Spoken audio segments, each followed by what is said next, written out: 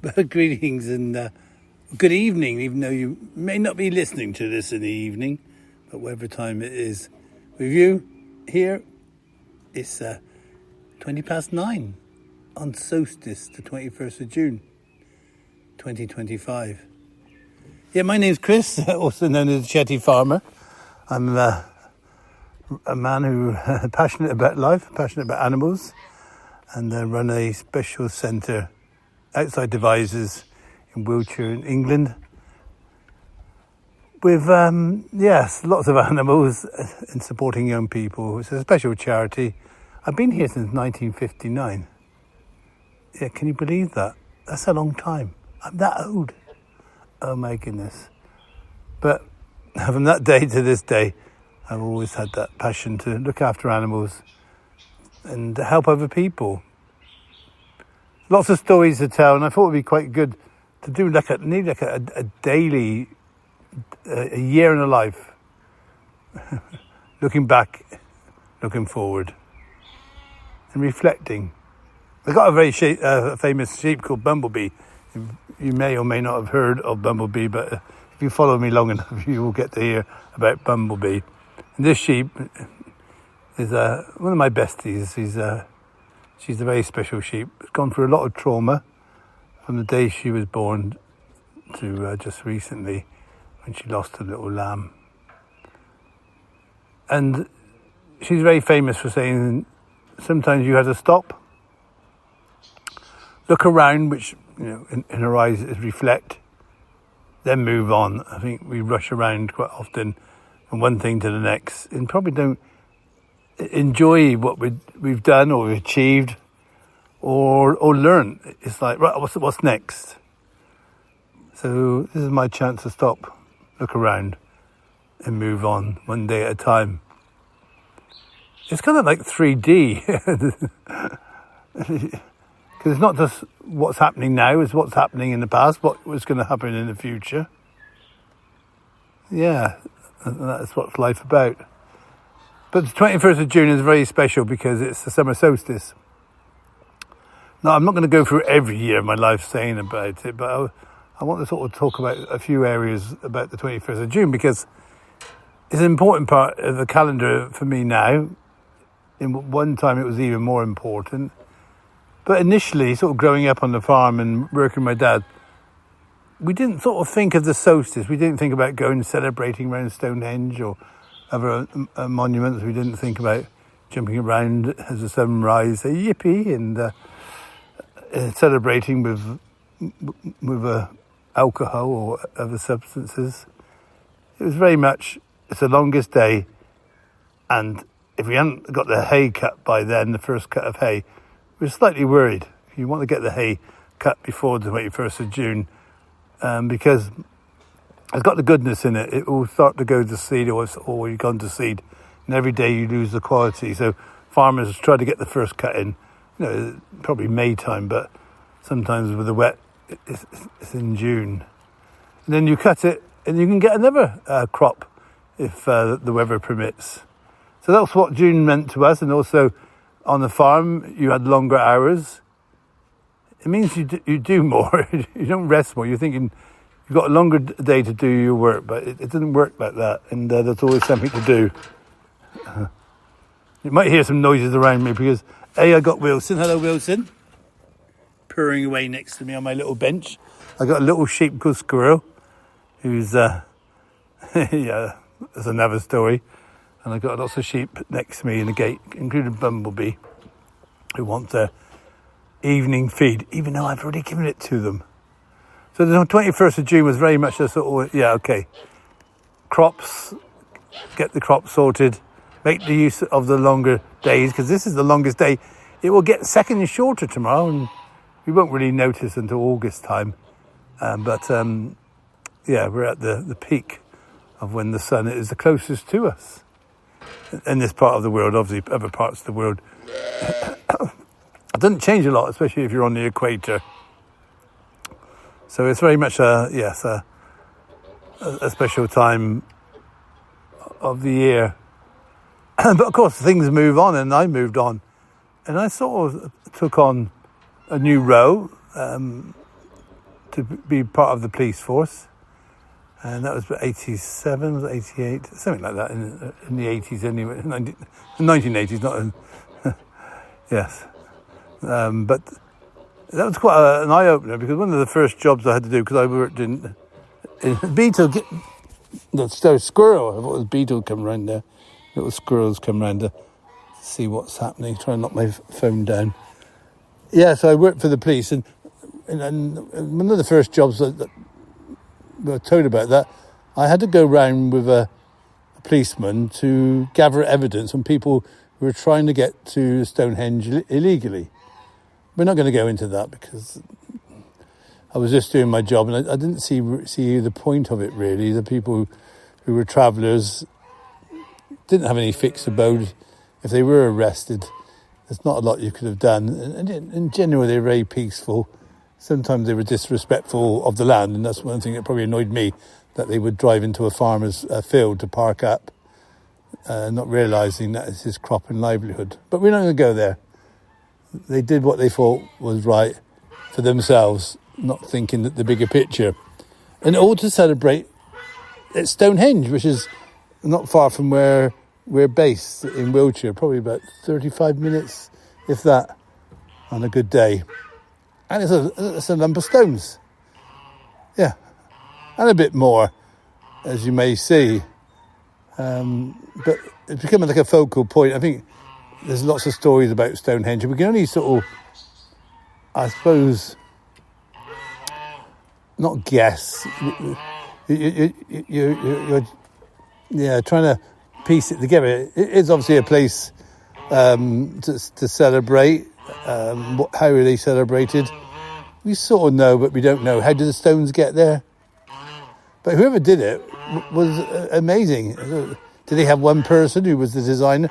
Someone was a leader who actually could motivate the people to get this stone circle put up, where people could get together in special times of the year. You know, it's not just the summer solstice that we're on now. There was obviously autumn, winter and spring equinox. So, yeah, it was like a calendar. To me, it felt somewhere where they got together to give praise to the sun and just to reflect on what they've achieved and what they hope to achieve. Because we're so reliant on the sun and the weather to be able to produce the crops we need. So all of a sudden I was in a vehicle with a policeman going round spotting people, and on the day we would go to Stonehenge and record if there's any I suppose disorder. I suppose you could call it crime, but I think a lot of the people don't understand. You know, very few people, but some people go there, get a bit drunk. They try to climb on the stones, and you sort of think they're not respecting the elder, the people who put there. You can imagine when they were put in, that was so well organised. Everybody was proud of what they'd done. Everybody had a role to play, and there was, I guess, no people saying, I'm going to deface the stones. I think you could be pretty much punished in those days. Whatever those days are, I don't know how long ago it was. But I remember my granddad telling me that Stonehenge basically was a place where, when he was young, sort of probably in the 1910s, 20s, he used to cycle from where we are in Devizes across a place called Salisbury Plain, and they used to have a picnic, and all the stones were laid down as such. So they were tables. But they tried to put them back up, and I'm sure they put them back up roughly how they were. But there was a lot more stones. There were avenues. There was burials all around. You know, we can only guess. And obviously, as technology's moving along, we can probably see a little bit more. Wouldn't it be nice to sort of go back, and just in time and just view it? It'd be priceless. I always think when I'm sat here at night and thinking, what was this farm like? Was it all forest around here? was it farmland? Probably a deer park. The canal wasn't here, which is not too far. There was no Rowie Bank. Obviously, there was a house, but only one house. A little cottage which we live in, which dates back to 1540. So it meant a lot to me, and I sort of got into being spiritual. I looked into tarot cards and tried to get to see how people think, because people there, there were druids there, people with their beliefs, very much all connected with nature, which is, I think we all are and should understand nature. But there's some strange things going on as well. I don't want to go into too much details, but yes, the place was a fertile place, and they felt that obviously it was a place that you should conceive. Seen a wedding there, seen witches there. I met one witch one year in green robes, and I just looked at her, and she was just in her own little space doing her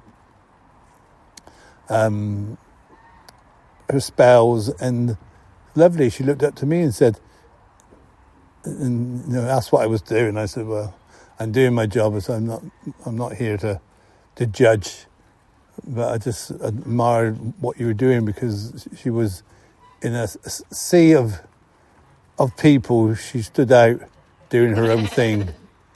And she said, one day on the solstice, you will discover your soulmate. We're not going to go into soulmates here, because that is another story. But I think we get connected with people. We're not just talking about your wife, your husband, your children. There's people in your life that you get connected to in a different way. And I think that's what I've discovered. There are people that I'm connected to for whatever reason, not in a physical sense, not in a sense where I'm going to run off with that person, but that person feels right in that moment of time. So yeah, in the police, I was there doing my thing. I did make a video. I put it out, I think today, 1998. Anyway, I just wanted to capture the moment, because it wasn't really for me, because there's so many people. I don't like big crowds of people. It was so disjointed, and not because of the people who own it. Is it National Trust? No, it's English Heritage, isn't it? So they did their best to organise it, but people were there just wanted to party. Some wanted to pray, someone wanted to worship and just enjoy that moment. Now, I can nearly say that I have a solstice every day, because where I can, I'm up at sunrise, so I see most sunrises and sunsets. The sun setting just not long ago here.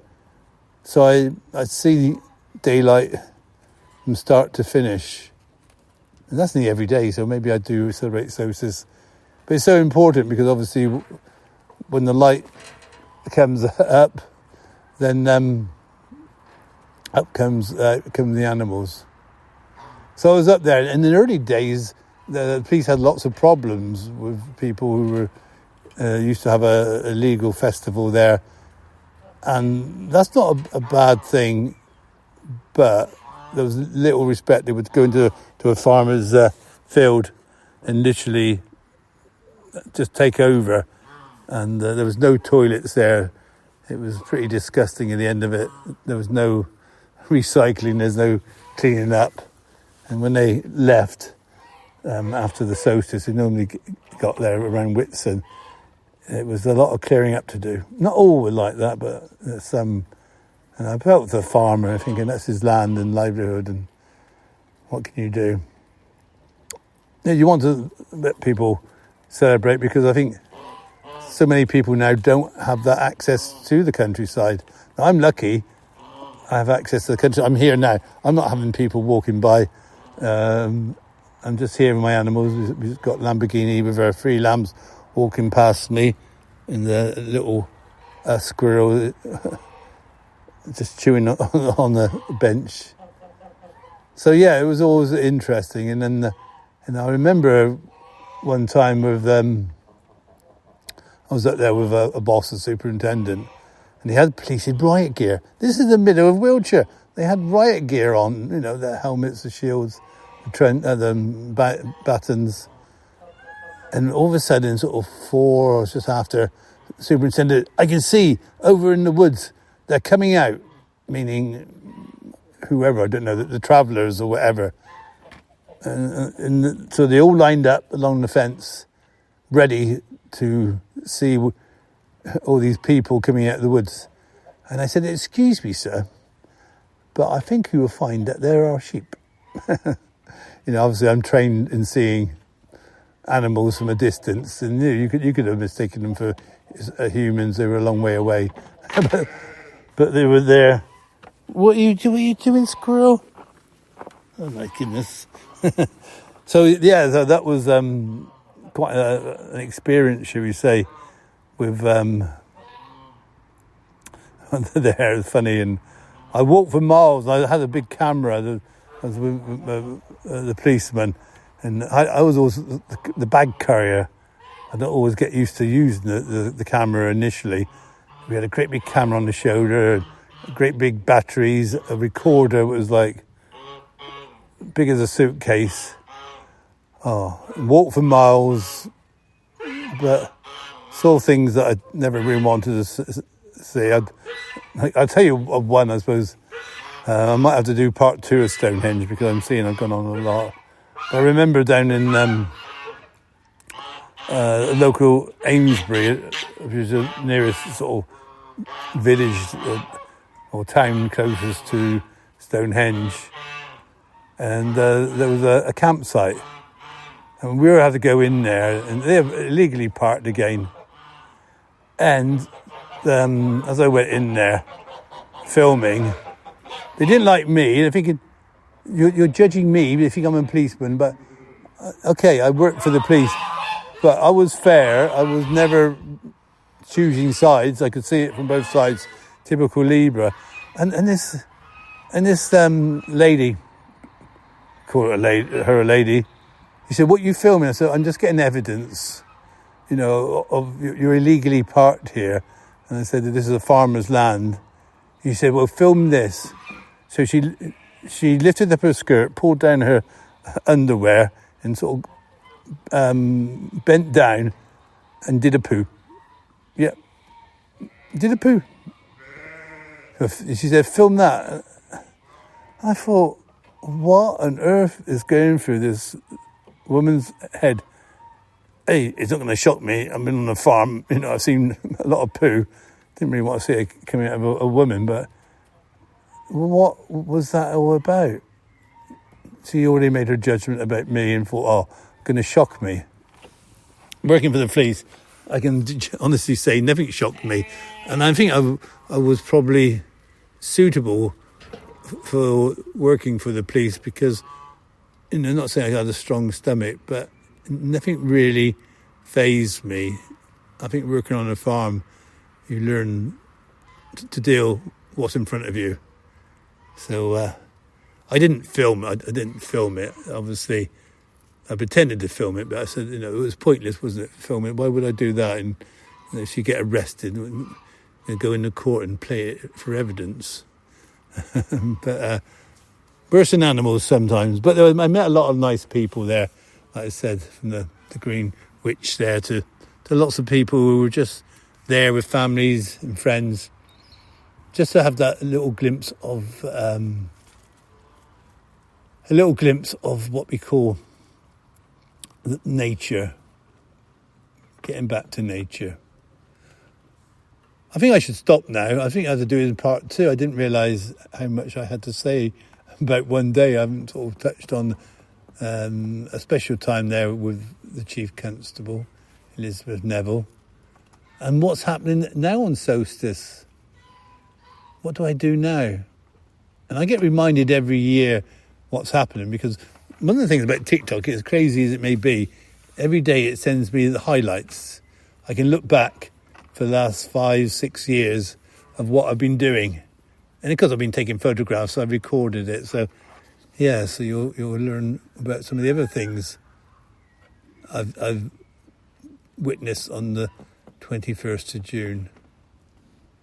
Of course, there's lots of lovely people's birthdays, and yes. So, I would say good night, good afternoon, or good morning.